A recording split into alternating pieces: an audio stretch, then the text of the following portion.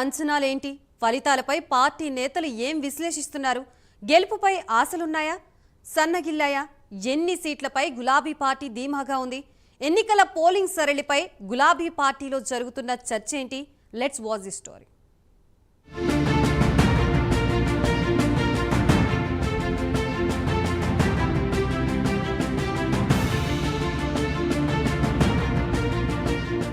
లోక్సభ ఎన్నికలు ముగిశాయి. ప్రధాన పార్టీలన్నీ ఫలితాల విశ్లేషణలో తలమునకలై ఉన్నాయి.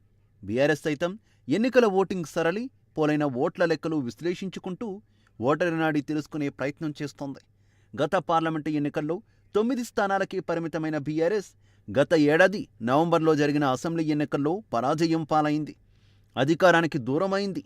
అసెంబ్లీ ఎన్నికల ఫలితాలను గుణపాఠంగా తీసుకొని కనీసం లోక్సభ ఎన్నికల్లో అయినా మెరుగైన ఫలితాలు సాధించేందుకు విశ్వ ప్రయత్నాలు చేసింది బీఆర్ఎస్.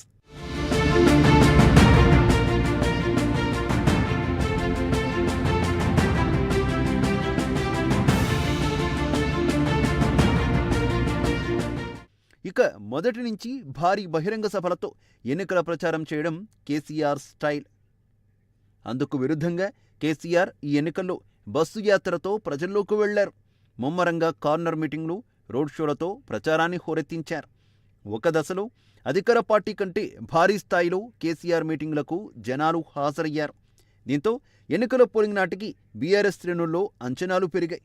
ఇక ఎన్నికలకు ముందు రోజు కేసీఆర్ ప్రెస్ మీట్ పెట్టి 14 సీట్లు గెలవబోతున్నామంటూ మాట్లాడడంతో పార్టీ నేతల్లో ఆశలు చిగురించాయి. అంచనాలు రెట్టింపయ్యాయి.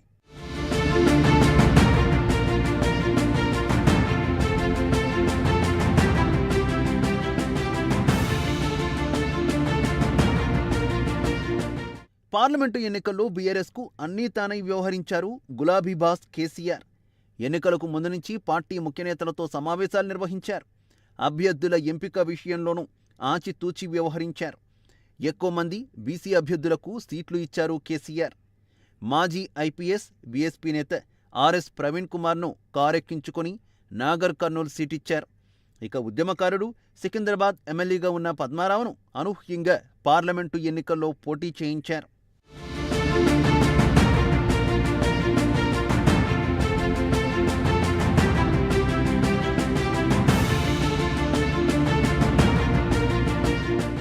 ఎన్నికల పోలింగ్ ముగిసింది. ఇప్పుడు అన్ని పార్టీలు ఆయా సెగ్మెంట్లలో గెలుపుపై లెక్కలు వేసుకుంటున్నాయి. బీజేపీ, కాంగ్రెస్ పార్టీల నేతలు మెజార్టీ సీట్లు మావేనంటూ ఎవరికి వారు చెప్పుకుంటున్నారు. మొదటి నుంచి కొన్ని స్థానాలపై బీఆర్ఎస్ స్పెషల్ ఫోకస్ పెట్టింది. ఆ స్థానాలను గెలుచుకునేందుకు పార్టీ కీలక నేతలు హరీష్ రావు, కేటీఆర్ తీవ్రంగా శ్రమించారు. ఇప్పుడు ఆ స్థానాల్లో పోలింగ్ సరళిపై పార్టీ నేతలను గులాబీ బాస్ కేసీఆర్ ఆరా తీస్తున్నారట.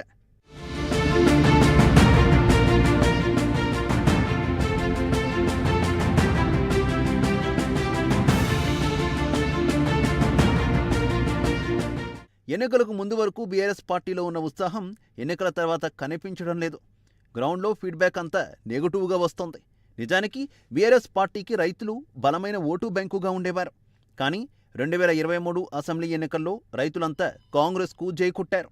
అయితే పార్లమెంటు ఎన్నికల్లో రైతు ఎజెండాతోనే ముందుకు వెళ్లిన కేసీఆర్ గ్రామాలన్నీ తమ వైపు టర్న్ తీసుకుంటాయని అంచనా వేశారు. కానీ సీఎం రేవంత్ రెడ్డి రైతు బంధు వేయడంతో పాటు ఆగస్టు 15 వరకు రుణమాఫీ ఇస్తానని హామీ ఇవ్వడంతో మరోమారు రైతులంతా హస్తం వైపు మొగ్గు చూపినట్టు టాక్ నడుస్తోంది.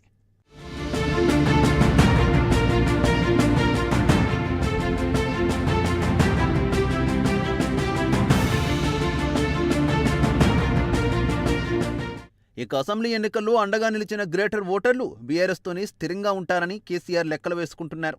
కానీ అంచనా తలకిందులైనట్టు ఆ పార్టీ నేతల్లో టాక్ వినిపిస్తోంది. ఈసారి వారంతా బీజేపీ వైపు మొగ్గు చూపినట్టు చర్చ జరుగుతోంది. ఇక మొదటి నుంచి అండగా నిలిచిన మైనార్టీలు సైతం అవుట్రౌట్గా కాంగ్రెస్కు సపోర్ట్ చేసినట్టు సమాచారం. దీంతో పక్కాగా ఇన్ని సీట్లు గెలుస్తామని చెప్పలేని స్థితిలో బీఆర్ఎస్ ఉంది. మెదక్, నాగర్ కర్నూల్, కరీంనగర్, ఖమ్మం, సికింద్రాబాద్ స్థానాల్లో నెక్ టు నెక్ ఫైట్ ఇచ్చామని చర్చించుకుంటున్నారు. ఆ స్థానాలపైనే బీఆర్ఎస్ నేతలు ఆశలు పెట్టుకున్నారు. మరి వారి ఆశలు ఏ మేరకు ఫలిస్తాయో చూడాలి.